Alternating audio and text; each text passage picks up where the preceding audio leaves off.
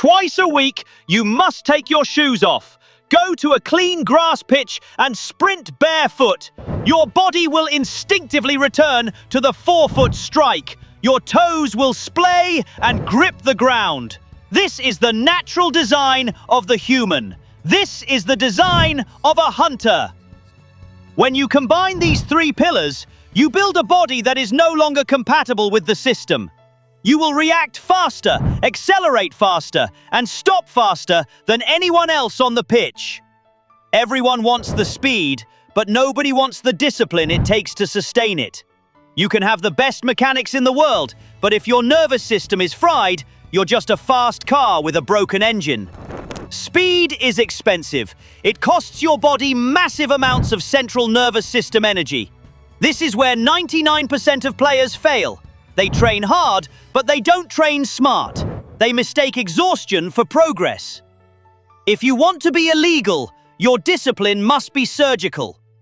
Let's talk about the advanced drills that bridge the gap between fast and untouchable. First, hill sprints. Running uphill forces your body into the perfect acceleration angle. You cannot heel strike while running up a 30-degree incline. Your body won't let you.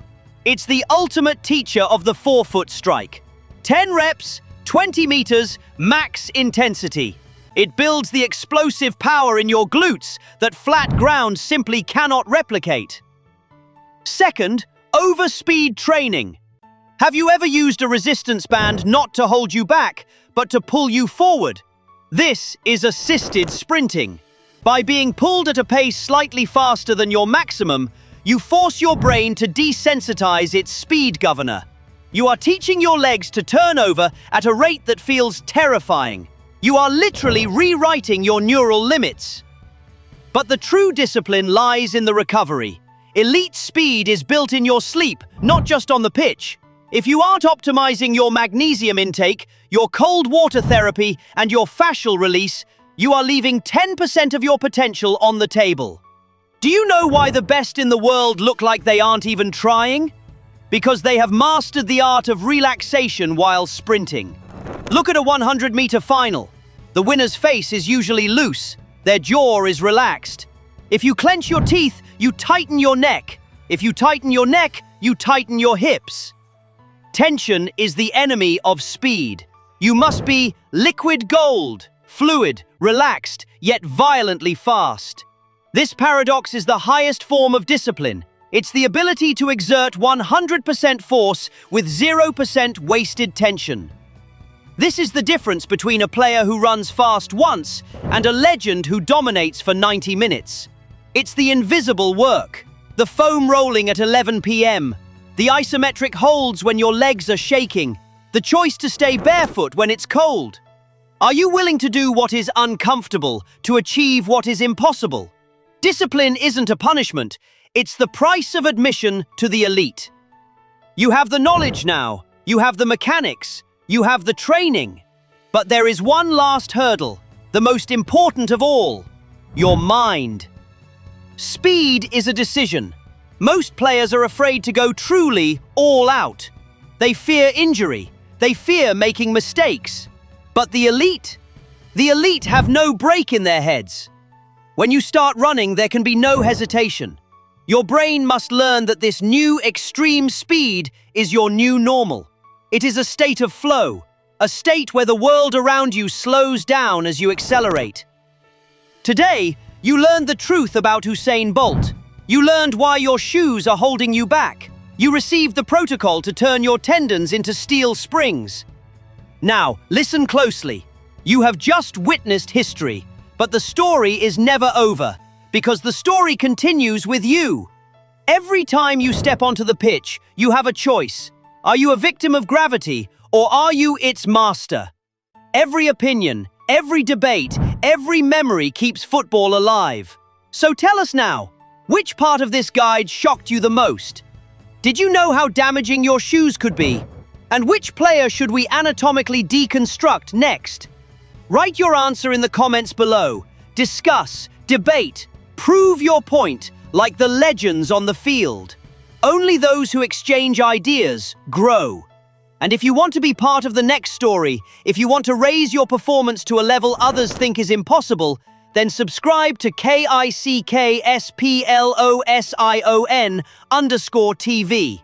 Because the next unforgettable battle, the next scientific revelation, is coming soon. Football is not just a game. It is power. It is identity. It is applied science. And here at Kicksplosion_TV, we make sure you never forget it. Go out there now, take off your shoes, and become the danger your coaches always warned you about. The world of football has a dirty secret. A secret that destroys careers before they even begin. We look back to the year 2018. The fastest human in history, Usain Bolt, steps onto the pitch. He is a physical anomaly. He holds world records that are considered invincible. But as the whistle blows and the game begins, something strange happens. Bolt looks out of place. He is fast, yes, but he isn't football fast. An average defender from the Australian League manages to shut him down. Why? Because you've been lied to your entire life. You've been told that speed is just speed, but that is the biggest mistake you could ever make. In the next 15 minutes, we are going to tear down the walls of your understanding. We will analyze why athletes like Kylian Mbappé or Alphonso Davies move in a way that feels almost unnatural, even illegal. You think your genes determine your velocity. You think you just weren't born as a sprinter. Wrong. You are just trapped in wrong movement patterns, trapped in shoes that cripple your feet, and trapped in a training regime designed for 100-meter track stars, not for warriors on the grass.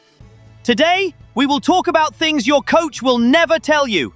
We are talking about the elastic energy of your tendons, the neural programming of your brain, and the illegal mechanics of the external forefoot strike. If you turn off this video now, you will forever remain the player who is one step too late.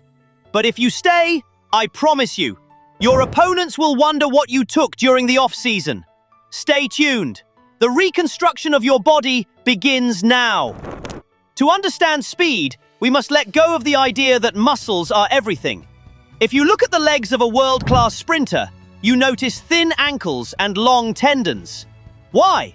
Because muscles are heavy. Muscles need oxygen. Muscles fatigue. But tendons? Tendons are like steel springs. This is the science of elastic recoil. When Kylian Mbappé sprints across the pitch, he uses his Achilles tendon as an energy circuit. With every ground contact, energy is stored and discharged like a catapult.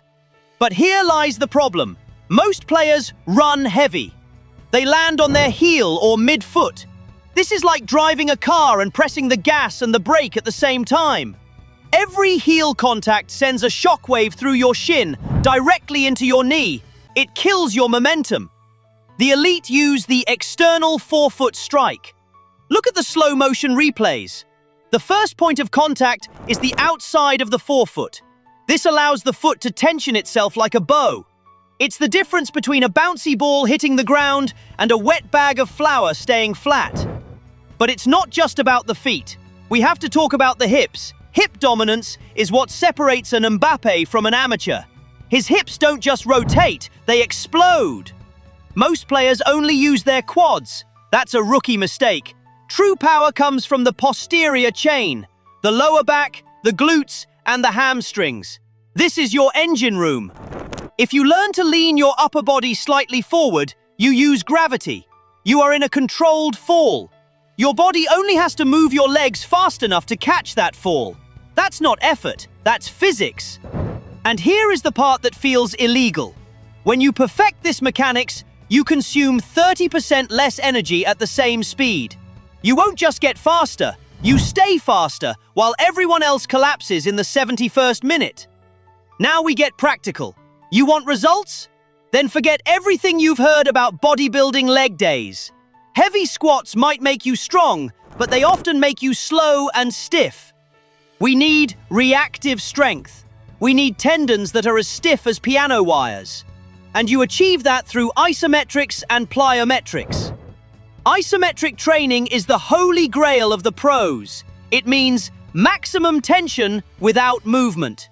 When you hold a position against an immovable resistance, your brain recruits motor units that stay dormant during normal training.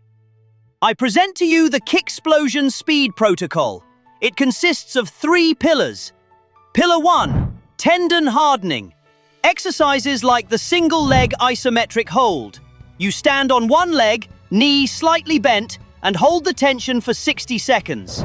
It sounds simple, it feels like hell, but it turns your ankles into indestructible springs. Pillar 2, neural discharge. Pogo jumps. You bounce like a spring without bending your knees, only from the ankles.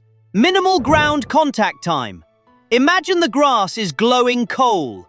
Touch it for as short as possible. Pillar 3, the barefoot transfer. This is the moment the magic happens. Modern football boots are like coffins for your feet. They take away your sensory feedback.